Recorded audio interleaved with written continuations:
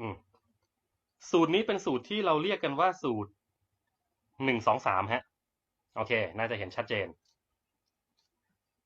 ทำยังไงต้องทำอะไรแล้วทำยังไงแล้วจะได้เงินมาแบบไหนมันจะใช่งานที่เหมาะกับพี่หรือเปล่าผมไม่รู้เลยแล้วแต่พี่เลยพี่จะทำหรือไม่ทำก็เรื่องของพี่หนี้สินของพี่ไม่ใช่หนี้สินของผมหมดหนี้เรียบร้อยแล้วนะฮะเออแล้วก็ไม่ได้คาดหวังว่าทุกคนที่ได้ฟังจะต้องมาทำด้วยกันไม่ผมมีหน้าที่โฆษณาผมไม่สนหรอกว่าพี่จะซื้อหรือเปล่า เหมือนที่โฆษณามันยิงในทีวีอ่ะปึ้งปึ้งปึ้งปึ้งเขาไม่สนหรอกครับว่าพี่จะซื้อไหมเขามีหน้าที่โฆษณาเขาก็จะโฆษณาไปเรื่อยๆครับแล้วตอนนี้ผมกำลังทำหน้าที่นี้อยู่คราวนี้เข้าสูตรกันเลยครับวันนี้จะไม่เยินเยอะละนะฮะสูตรนี้เรียกว่าสูตร1 2 3นะฮะสูตร1 2 3จริงๆมีแค่นี้แหละถ้าอยากจะได้เงินที่นี่นะสูตรแม่งมีแค่นี้แหละมันคือบริษัทเครือข่ายเพราะฉะนั้นคุณไม่ต้องไปคิดดีไซน์ตีลังกาคิดมันมาง่ายๆซื่อๆตรงๆเลยนะฮะสูตร1 2 3แทนที่ด้วยภาษาไทยว่าสูตรเริ่มทำตามนะครับสูตรเริ่มทำตามถ้าเกิดคุณพูดคำว่าเริ่มทำตามได้คุณเข้าใจคำว่าเริ่มทำตามเชื่อเถอะครับคุณประสบความสำเร็จเหมือนพวกเราได้แน่คุณอาจจะมีรายได้เพิ่มขึ้นวันละ400วันละ400วันละ4,000วันละ40,000ไม่รู้ครับ แต่มันมีอยู่แค่นี้เองครับ คือแค่1 2 3เริ่มทำตามโอเคป่ะ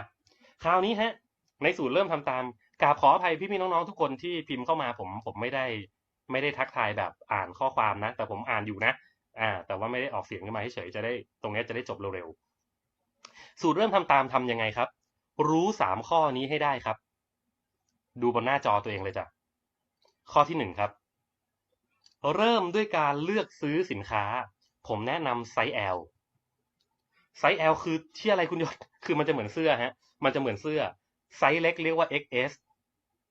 แล้วก็ไซส์ S แล้วก็ไซส์ L ที่นี่จะมีให้เลือก3ไซส์นะครับ XS S แล้วก็ L ไซส์ที่ราคาสูงที่สุดคือไซส์ L ทำไมยศนำเสนอไซส์ L เพราะมันปลดหนี้ได้เยอะดีเออมันปลดหนี้ได้เยอะดีฮะเราเป็นคนติสครับเราก็เลยเป็นไซส์ L ผมไปอ่านของใครมาไม่รู้เขาบอกเราเป็นคนติสหน่อยนะติสนี่ติสสินนักขนาดเออกูก็เลยแนะนำไซส์ L ฮะนะเพราะว่าเป็นคนติสนะเป็นคนติสนี่ติสสินนักขนาดนะเจ้าโอเคข้อที่2ครับหลังจากคุณเริ่มต้นเป็นผู้บริโภคได้ผมไม่รู้ว่าคุณจะไปหาเงินมาเริ่มบริโภคได้ยังไงหรือคุณจะไม่เป็นก็เรื่องของคุณแต่ถ้าเกิดคุณเริ่มได้แบบพวกเราข้อที่2ครับประชาสัมพันธ์ครับทำด้วยการประชาสัมพันธ์พี่จะประชาสัมพันธ์ออกไปกี่คนก็ได้ฟังดีๆนะงานนี้ต้องชวนคนหากปกติชีวิตปกติของพี่ไม่ค่อยได้คุยกับคนไม่เหมาะกับงานนี้แต่ถ้าชีวิตปกติของพี่ได้คุยกับมนุษย์ได้คุยกับคนพี่ทำงานนี้ได้ครับ เพราะพี่แค่เพิ่มเรื่องที่จะคุยกับเขาเท่านั้นเองประชาสัมพันธ์ออกไป2 คนครับ2 คนหรือจะ10 คน100 คนก็ตามแต่ขอให้ไม่ต่ำกว่า2 คนโอเคป่ะ2 คนนะถ้าทำได้ทำเลยผมออกมาไลฟ์ครั้งหนึ่งมีคนดูสดประมาณ500มีคนดูย้อนหลังประมาณ30,000ที่ผมไลฟ์เนี่ยอีกครึ่งชั่วโมงเนี่ยพี่เชื่อไหมถึงถึงพี่จะไม่ทำแม่งมีคนอีกหลายร้อยหลายพันคนติดต่อมาสมัครเพราะฉะนั้นทำไมผมจึงพูดจาเหมือนกับไม่ง้อเพราะตอนฟังสดมันแค่500 คนแต่ตอนดูย้อนหลังอ่ะแม่ง30,000 คนแล้วคน30,000 คนในคน30,000 คนที่ดูย้อนหลังมีคนติดต่อมาสมัครอยู่ตลอดเวลามีคนติดต่อมาซื้อสินค้าตลอดเวลา ครับเพราะฉะนั้นผมจึงพูดเหมือนคนไม่ง้อใครก็คือไม่ง้อจริงไปกันต่อ2 คนฮะ2 คนนะครับพี่จะทำไลฟ์เฟซบุ๊กพี่จะโพสเฟซพี่จะส่งไลน์พี่จะไปคุยกับเพื่อนทำอะไรก็ตามแต่ประชาสัมพันธ์ออกไปให้คน2 คนได้รู้จักครับแล้วก็ข้อที่3ครับบนหน้าจอเลยตามฮะตามให้คน2 คนที่พี่ไปได้มาเนี่ยที่พี่ไปเล่าเรื่องนี้ให้เขาฟังที่พี่ประชาสัมพันธ์เรื่องนี้ให้เขาฟัง ตามให้คน2 คนนี้เขามาเริ่มด้วยการเป็นผู้บริโภค ซื้อสินค้าจ่ายเงินเซเว่นตามให้เขาทำให้เขาประชาสัมพันธ์ต่อออกไปตามให้เขาตามวิธีการสมัครสมาชิกง่ายมากครับพี่เข้าไปในเว็บไซต์ของบริษัทนะครับแล้วก็เลือกซื้อสินค้าในนั้นไปจ่ายเงินที่เซเว่นนะครับพี่ก็เป็นสมาชิกเรียบร้อยแล้วนะฮะเดี๋ยวแนะนำให้พี่ติดต่อกลับไปหาคนที่แชร์ไลฟ์นี้ให้พี่ดูนะครับติดต่อกลับไปหาคนที่แชร์ไลฟ์นี้ให้เขาจะช่วยพี่ดำเนินการซื้อของให้ก็ได้ไม่ยากนะฮะถ้าสมัครเองมันยากก็ติดต่อไปหาเขาไม่ยากครับถ้าพี่ทำ3 ข้อนี้ครบมันเกิดอะไรขึ้นมันจะเกิดโครงสร้างเรียกว่าโครงข่ายแล้วกันโครงข่ายผู้บริโภคครับอย่าลืมนะฮะนี่เป็นงานเครือข่ายและผมมีรายได้สัปดาห์ละเกือบ500,000 บาทฟังดีๆนะสัปดาห์ละเกือบ500,000 บาทจากการที่บอกให้ทีมทุกคนโฟกัสเรื่องเดียวกันคือ1 2 3มันได้แบบนี้ครับ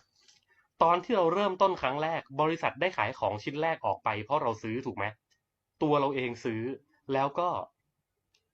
นะแล้วก็บริษัทจัดส่งของให้โอเคบริษัทได้ขายของชิ้นที่1ละมาจากการประชาสัมพันธ์ของผมใช่ไหมโอเคก็ว่ากันไปครับแต่ตอนนี้ผมจะให้พี่เป็นคนเริ่มต้นคำว่าเราตรงนี้คือตัวพี่พอพี่เริ่มเสร็จอีเม็ดแรกแม่งโผล่มาละเม็ดที่2ที่3มันจะมายังไงใช่ครับพี่ตอนที่พี่ประชาสัมพันธ์นั่นแหละครับเมื่อบริษัทได้ขายของออกไปอีก2 ชิ้นจากฝีมือการประชาสัมพันธ์ของพี่ฮะเมื่อบริษัทได้ขายของออกไป2 ชิ้นนะจากฝีมือการประชาสัมพันธ์ของพี่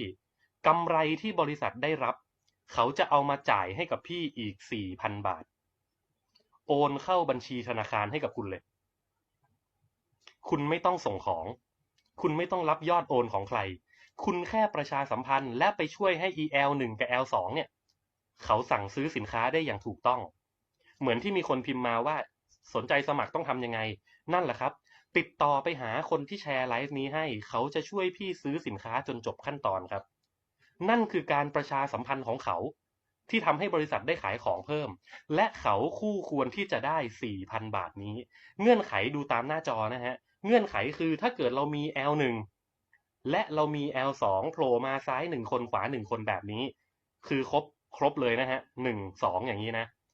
บริษัทให้คุณเลย 4,000 บาทครับง่ายๆอย่างนี้เลยให้ไป 4,000 บาทคราวนี้ฮะมันจบแค่นี้ไหมมันไม่ได้จบอยู่แค่นี้เพราะ L1 ก็ต้องถูกเริ่มถูกทำใช่ไหมเราไปตามให้ L1 เขาเริ่มครับคงไม่งงหรอกเอาเป็นว่าไม่งงแล้วกันเราไปตามให้ L1 เขาเริ่มด้วยการซื้อสินค้าทำไปตามให้เขาทำก็ไปตามให้เขาทำเขาก็ประชาสัมพันธ์ออก2 คนครับไปตามให้เขาตามเดี๋ยวมันก็จะไปชั้นต่อไปคราวนี้ฮะดูตามภาพ L1 เนี่ยประชาสัมพันธ์ออกไปได้คือ L3 กับ L4 L1 ได้ตังค์ 4,000 บาทนะครับ L2 ประชาสัมพันธ์ L5 กับ L6 มา L2 ได้ตังค์ 4,000 บาทนะครับแต่ตัวเราเองที่เป็นเจ้าของโครงข่ายเนี้ยเป็นจุดเริ่มต้นของการประชาสัมพันธ์นี้ถึงแม้ว่าเราจะไม่ได้ซื้อของอะไรเพิ่มถึงแม้ว่าตัวเราเองจะไม่ได้ประชาสัมพันธ์เพิ่มบริษัทก็มองว่าที่เขาได้ขายของตอนเนี้ยอีก4 ชิ้นข้างล่างเนี้ยเพราะเริ่มจากเราคุณก็เลยเอาไปอีก 8,000 ครับบริษัทโอนให้จริงๆให้กันจริงๆทั้งหมดที่ผมพูดอยู่ตอนนี้มันโกหกไม่ได้เพราะสคบสำนักงานคณะกรรมการคุ้มครองผู้บริโภคเป็นคนรับจดทะเบียนแผนการตลาดนี้เป็นคนรับจดทะเบียนการจ่ายผลประโยชน์นี้แล้วจริงๆว่าจ่ายได้บริษัทมีต้นทุนสินค้าและกำไรในการขายเพียงพอที่จะจ่ายผลประโยชน์แบบนี้ให้กับทุกคนโอเคคราวนี้พอเราเริ่มทำตามเสร็จเราจบแล้วครับนะฮะเราจบแล้วเราสิ้นสุดหน้าที่ของเราแต่ในฐานะที่ไหนๆกูก็ได้สตังค์ร่วมกันอย่าทิ้งทีมงานแบบที่พวกเราไม่ทิ้งใครเราจะลงไปช่วย L1 ครับเราจะลงไปช่วย L2 ฮะเฮ้ยเป็นไงมั่งมึงได้ 4,000 แล้วยังไม่ได้เหรอเดี๋ยวกูประสานบริษัทให้บัตรเลขบัญชีธนาคารส่งให้บริษัทครบไหม ทำทุกอย่างถูกต้องไหมถ้าทุกอย่างถูกต้องเงินมันต้องเข้านะเราจะช่วยกันแบบนี้แล้วมันก็เกิดการส่งต่อครับทำให้ชั้นต่อไปมันก็โผล่มาอีกแล้วจริงไหมครับ L3 มีการไปประชาสัมพันธ์ต่อ2 คน L3 ออกมาเป็น L7 กับ L8 L3 ได้กี่บาท L3 ได้ 4,000 ไงถูกไหม L4 ได้อีก 4,000 ถ้าเกิดตามภาพนี้ได้ตามนี้เลยฮะ L4 ได้อีก 4,000 แล้ว L1 อ่ะ L1 มีซ้าย2ขวา2ใช่ไหมที่ใต้ L1 เองอ่ะซ้าย2ขวา2 L1 ได้ 8,000 ครับแล้วตัวเราอ่ะตัวเราได้อีก 16,000 ครับเราเริ่มต้นไซส์ L เป็นผู้บริโภคเพียงครั้งเดียวฟังดีๆนะฮะพี่จะกัดฟันมาเป็นผู้บริโภคท่าไหนผมไม่รู้พี่จะลำบากแค่ไหนผมไม่รู้แต่ถ้าเกิดพี่เริ่มต้นได้ประชาสัมพันธ์ได้ติดตามได้ทำ3 ข้อนี้ได้โดยที่ทีมเราจะช่วยพี่ในส่วนของข้อ2กับข้อ3ข้อ1พี่ต้องทำเองข้อ2เราช่วยได้ข้อ3เราช่วยได้เราทำงานเป็นทีมแล้วเราก็จะมีผลประโยชน์ร่วมกันอ่ะ สมมติดูตามหน้าจอตอนนี้พี่ได้เงินกลับไปกี่บาทแล้วครับตัวหนังสือสีดำ4,000 8,000 16,000 4,000 8,000 16,000ตอนนี้ได้กลับมาเรียบร้อยแล้ว28,000ครับมันยังไม่ได้จบแค่นี้ฮะเพราะคนข้างล่างเขาก็เพิ่งจะเข้ามาเริ่มประชาสัมพันธ์ถูกไหมเมื่อมีตามภาพเกิดขึ้นคุณได้อีก32,000ครับเลข8มันมาจากไหนมันก็ฝั่งละ4นะฮะซ้าย4ขวา4มันก็เลยแตกออกมาอีกฝั่งละคนละ2 4 2ก็8คุณได้อีก32,000ครับลองสังเกตดูฮะตามตัวเลขของมันเลยตามตัวเลขของมันคุณจะสังเกตว่าในแต่ละชั้นเนี่ยคุณจะได้เงินเป็น2 เท่าเสมอดูดีๆนะชั้นที่1คุณได้4,000ชั้นที่2คุณได้2เท่าไง8,000ชั้นที่3คุณได้เพิ่มมาอีก2เท่าไงเป็น16,000ชั้นที่4คุณได้เพิ่มมาอีก2เท่ากลายเป็น32,000ฮะเพราะฉะนั้นชั้นต่อไปถ้าคุณได้เพิ่มอีก2เท่ามันต้องกลายเป็น64,000แต่บริษัทบอกว่าชั้นต่อมาบริษัทให้คุณได้เพียงแค่40,000ครับคือตอนที่จดทะเบียนสคบฮะพี่น้องธุรกิจที่ถูกกฎหมายในประเทศไทยจะต้องจดทะเบียนกับสำนักงานคณะกรรมการคุ้มครองผู้บริโภคเขาจะขอให้ส่งต้นทุนสินค้าระบบค่าใช้จ่ายการบริหารจัดการทั้งหมดไปให้กับสคบตรวจสอบแล้วสคบจะเป็นคนกำหนดครับว่าคุณจ่ายได้สูงสุดกี่บาทในธุรกิจที่ชื่ออินดีมที่เรากำลังเล่าให้ฟังอยู่ตอนนี้สคบอนุญาตให้จ่ายได้สูงสุดไม่เกิน 40,000 บาทครับถึงแม้มันจะคำนวณออกมาได้ 64,000แต่บริษัทก็จะจ่ายให้กับคุณแค่ 40,000โอเคป่ะนั่นหมายความว่าหลังจากนี้ไปไม่ว่าจะเกิดอะไรขึ้นก็ตามมันจะคำนวณออกมาได้กี่แสนก็ตามคุณก็จะได้แค่ 40,000 บาทต่อวันไม่เกินกว่านี้แล้วครับหลังจากนี้ทั้งหมดคุณจะได้ 40,000 บาทต่อวันนี่คือบริษัทจ่ายได้สูงสุดมาทำด้วยกันครับพี่บุญเรือนติดต่อกลับไปหาคนที่แชร์ไลฟ์นี้ให้ดูนะครับผมมีตัวเลขอยู่ชุดหนึ่งที่ผมอยากจะให้พี่ๆแทนค่ามันตรงนี้ฮะตัวเลขตรงกลางตรงนี้พี่ๆลองแทนค่ามันดูเพราะอะไรรู้ไหมเพราะในส่วนของอินดีมเขาไม่ได้กำหนดครับไม่ได้กำหนดเลยว่าตัวพี่เองเนี่ยจะใช้เวลาในการประชาสัมพันธ์เท่าไหร่หลังจากพี่เริ่มต้นแล้วทำข้อ1แล้ว2กับ3เนี่ยเขาไม่กำหนดระยะเวลาให้พี่นะพี่ต้องกำหนดระยะเวลาตัวเองตัวเลขสีดำที่อยู่ตรงกลางฮะลองลองใส่เวลาเข้าไปดูถ้าเกิดมันคือวันที่1หลังจากพี่เริ่มต้นเสร็จวันที่1พี่ทำเลยแล้วออกมา2คนเลยวันนั้นพี่ได้ 4,000 เลยแต่ถ้าเกิดมันคืออาทิตย์พี่เริ่มต้นวันนี้ใน1อาทิตย์พี่ทำมาได้ L1 กับ L2 โผล่ขึ้นมาได้อาทิตย์นั้นพี่ได้ 4,000หลายๆคนรู้สึกว่าโอ๊ยการพูดเป็นวันแม่งยากอะต้องทำงานประจำไงยศเข้าใจไหมยศมึงเข้าใจไหมกูต้องทำงานประจำกูต้องขึ้นเวรกูต้องอันนั้นกูต้องอันนี้งั้นเอาเป็นอาทิตย์แล้วกันเฮ้ย มันรู้สึกว่ามันไม่เครียดดิผมกำลังบอกว่าพี่เริ่มต้นให้ได้อย่ามีข้ออ้างพี่ทำมันให้ได้ภายใน1 อาทิตย์ประชาสัมพันธ์2 คนให้ได้โอเคไหมใช้เวลากำกับมันเลยครับภายใน1 อาทิตย์ตัวเลข1สีดำตรงกลางเนี่ยนะฮะตัวเลข1สีดำตรงกลางเนี่ยภายใน1 อาทิตย์พี่ทำแบบนี้ให้ได้เพื่อจะเอา4,000 บาทในอาทิตย์ที่2พี่ติดตามให้2 คนเนี้ยเขาไปทำพี่ได้8,000ในอาทิตย์ที่3พี่ได้16,000อาทิตย์ที่432,000อาทิตย์ที่540,000อาทิตย์ที่6อีก40,000นั่นหมายความว่าถ้ามันเกิดขึ้นตามที่ยศบอกจริง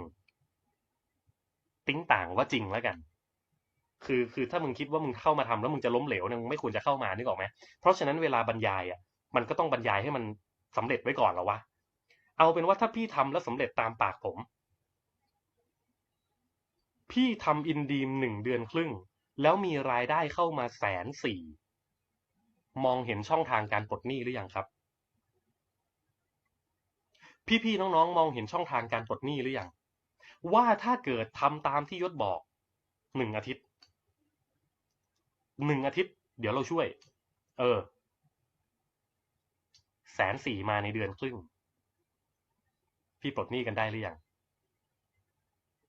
นี่คือสูตรที่เราบอกครับที่เรียกกันว่าสูตร1 2 3ฮะ